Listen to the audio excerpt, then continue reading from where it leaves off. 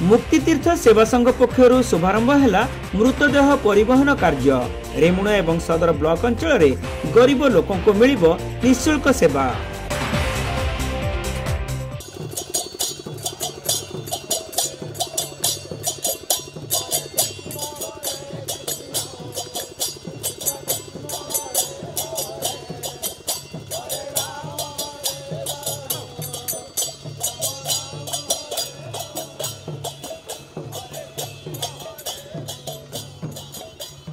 सहर उपकंठ साहादा ग्रामर समाजसेवी को नहीं गठित स्वेच्छासेवी संगठन मुक्तितीर्थ सेवा संघ पक्षर एक शववाहक यान उद्घाटित हो जाइछि। संघर सभापति विश्वनाथ पंडा सभापतित्व में आयोजित कार्यक्रम में मुख्य अतिथि भाव राज्य सरकारी दलर उपमुख्य सचेतक गोविंद चंद्र दास जोगदे संघर सेवा कार्य को भूयसी प्रशंसा करथिले।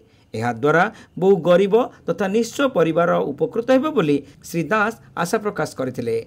मशाणी यात्रा ये मशाणी यात्रा को जीवाई जो गोटे रथर व्यवस्था करा निश्चित ये जो मुक्तितीर्थ सेवा संगठन को मु धन्यवाद दूची।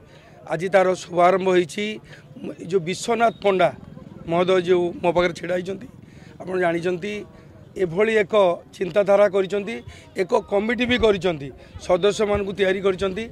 समस्ते या पई जहाँ पूरा शुल्क विहीन रथटे जीव। जदि कौन सी श्रद्धालु व्यक्ति दान अर्थे जदि किसी अर्थ देले से रखिए, नदेले मागिबार ना, डिमांड किसी ना, बिना डिमांड लोक मान को शेष यात्रा तीर्थ जो मशाणी यात्रा हम तार रथटे देइचंती। आम निश्चित मु बालेश्वरवासी तरफ रेमुणावासी तरफ मुझे धन्यवाद देमी। प्रभु जगन्नाथ शक्ति दिंतु, ये गरीब लोक मान काम करंतु। ये काम एकदम महत् काम। निश्चित आम मु एक कथा भी आज रखी यार गोटे गोटे कमिटी करूँ, ट्रस्ट करूँ।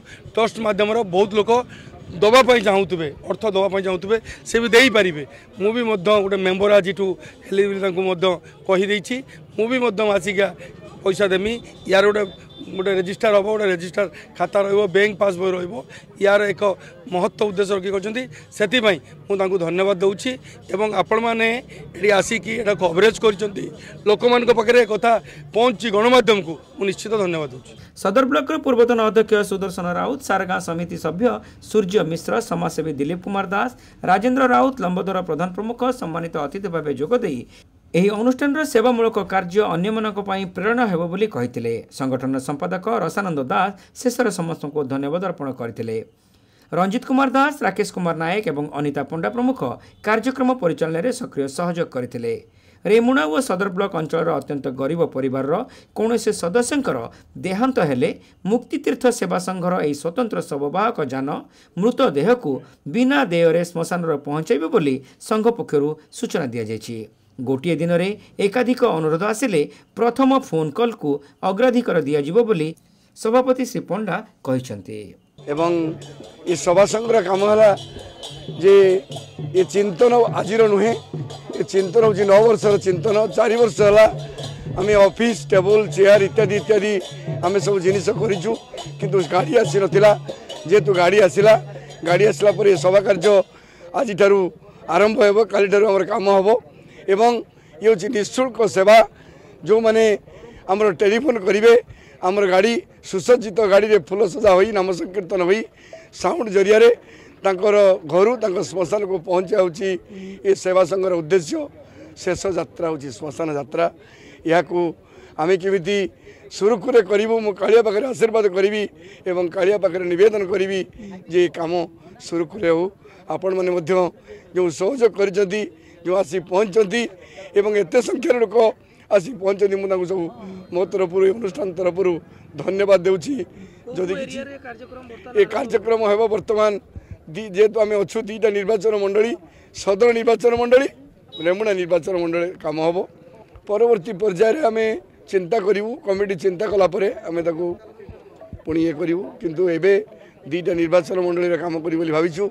एवं fast come fast priority basic जोटा प्रथम कल आसो से कल आरंभ हम, ता परवर्ती कल हम। कहीं माने अन्न मैंने कहीं मन कष्ट करेंगे ना जे आमर एथरे किसी राजनीति भी रही जे आम किए राजनीति टेलीफोन कले जा गोटे कल आसी प्रथम डाइवर्ट कर मु समस्त को निवेदन करी जे ए राजनीति न रखापी एवं निःशुल्क सेवा एवं जी जहाँ देला आम रखू किंतु मागिबू ना भगवान गोटे प्रार्थना करुँची जे संस्था सुरखुरे चालू एवं भलरे चालू।